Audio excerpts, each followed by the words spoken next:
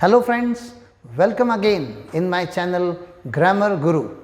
In the earlier video, we learnt about the basics of English language. In this video, I am going to talk about the helping verbs and parts of speech. We know now the structure of the language that we are going to learn. In this video, we will talk about parts of speech in detail and helping verbs which are classified into two parts, primary helping verbs and modals. So, let us begin. We are going to talk about parts of speech in the beginning.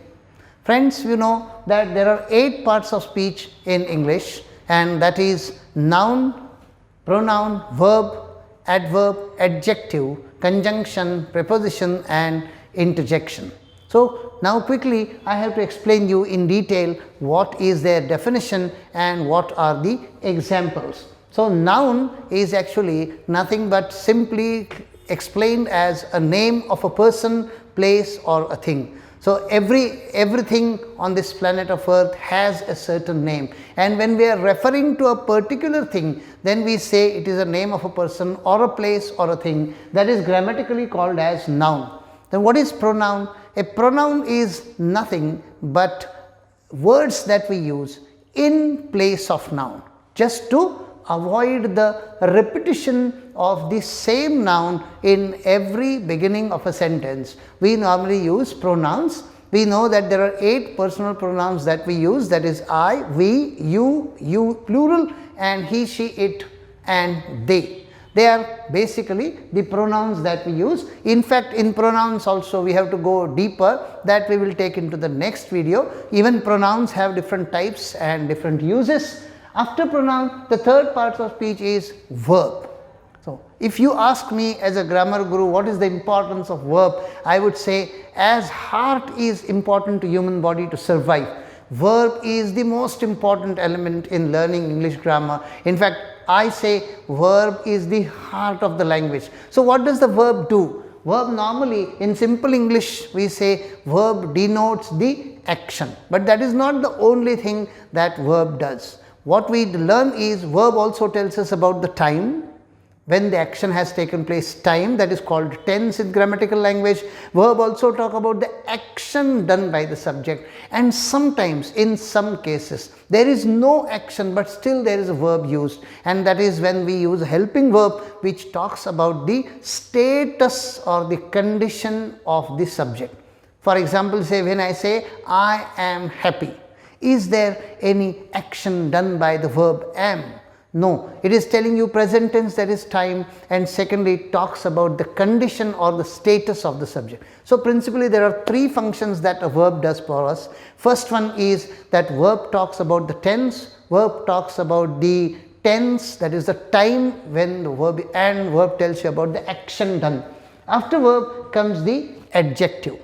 Now, what is adjective? Adjective is nothing but the word or words that describe the noun. In grammatical language, we do not say describe the noun, we say it qualifies a noun. Means in a given sentence, normally an adjective comes before noun. So, normally we have a beautiful girl and a deep valley, but both these words are nothing but doing extra, giving extra information about the noun to which they refer to. That is, in English grammar we say they qualify the noun. To simply to understand, now adjectives describe the noun to which they refer. That is the importance of adjective. Even in adjectives there are different 5-6 types that we will go into deeper into later. The next one is adverb. The word itself is clear to tell you what is adverb, adding to the verb. Verb does action and adverb means words that tell information, rather more information. They describe or talk about the action word. So, all adverbs are related to action word, that is verb. They add to the meaning of it. Even adverbs are of 9 different types, and there are different words included in them, and there are functions of adverbs are also different. Now, the next comes conjunction. Conjunction is very important parts of speech, especially if you are learning for any competitive examination or board examination of 10th or 12th. If you are going to appear for any competitive examination, conjunction is going to play a vital role in our life. What is the job of conjunction? Conjunct means to join, to bring together. So, conjunction joins two words, two sentences, two clauses, any two, it can be two words, maybe two nouns, two adverbs, two adjectives, one noun and one adjective. It can be a combination of different things. When two things are combined together, that is the job of conjunction. They join together, two different parts, two grammatical units are connected or joined by conjunction. Conjunctions are further classified into coordinating and subordinating, that we have to deal in detail, because from there the journey of simple complex compound sentence and learning starts. Then the next parts of speech is preposition.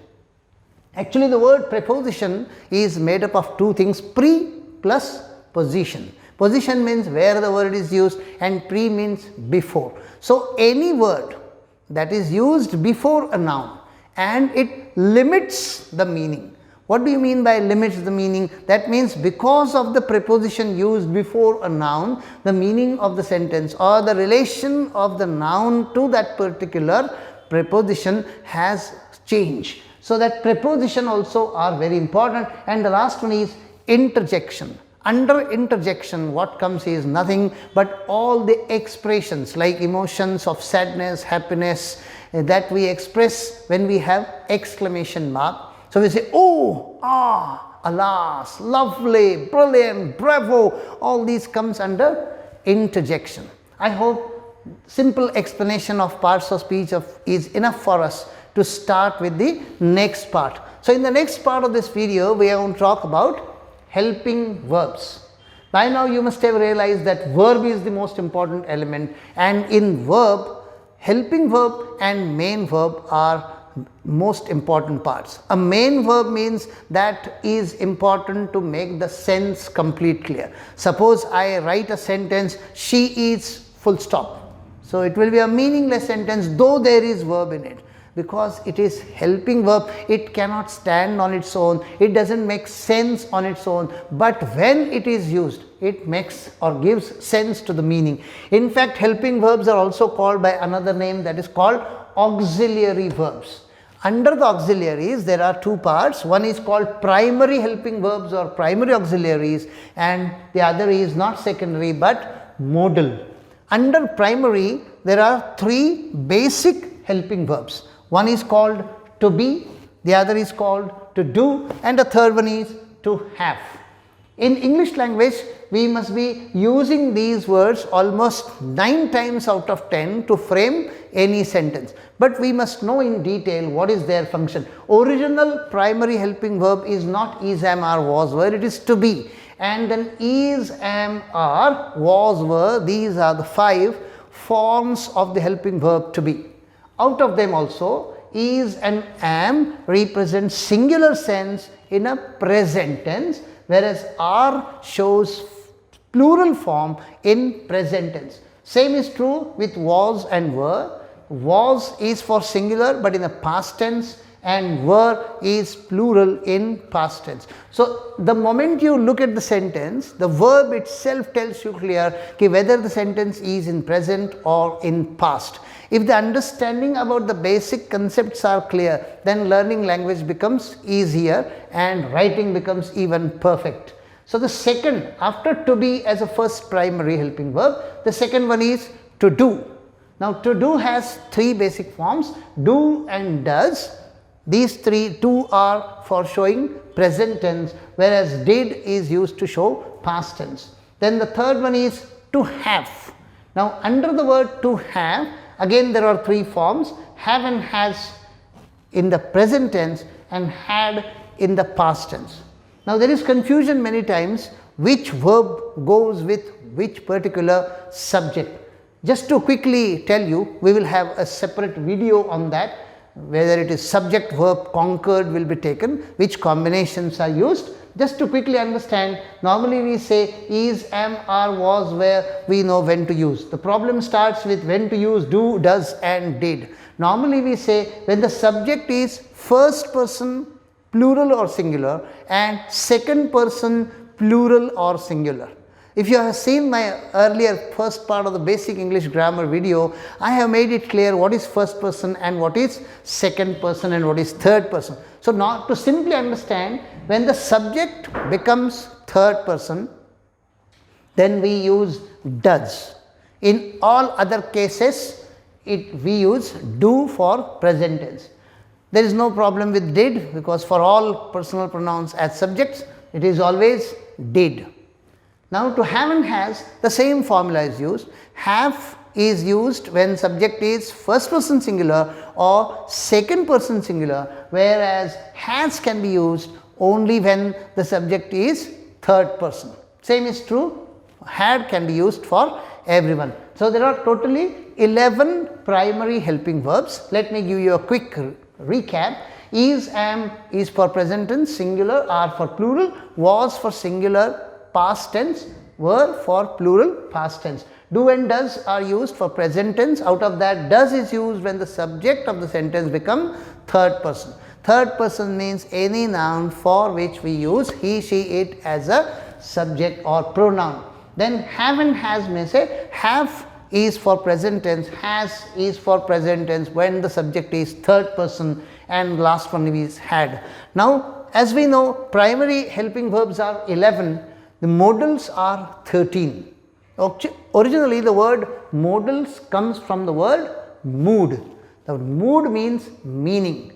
So, these words set the meaning of the sentence. That means they change the meaning of the sentence. In fact, there are 13 of them. You know all of them, but we do not know that they are used as modals in all examinations across, from 10th to 12th to CBSE to ICSE to competitive examinations, bank examination, UPSC, MPSC, for that matter, any exam in English, there will be a question based on modals. Just quickly to tell you that there are 13 of them, let me explain. First one is can, past tense of is that is could, then is will, then would, then shall, then should, may, might, must. These are 9. In fact, they come in pair: can, past tense could, will, past tense would, shall, past tense should, may, past tense might, and must. Along with that, there are 4 helping verbs under modals, which comes with 2.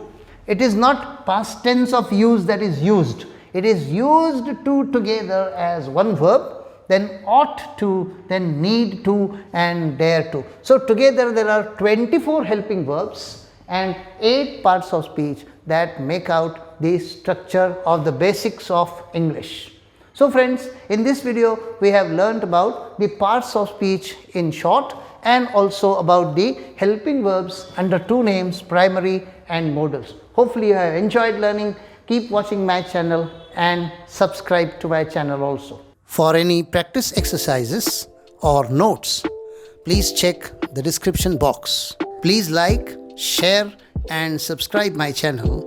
Don't forget to press the bell icon. If you have any queries, let me know in the comment box.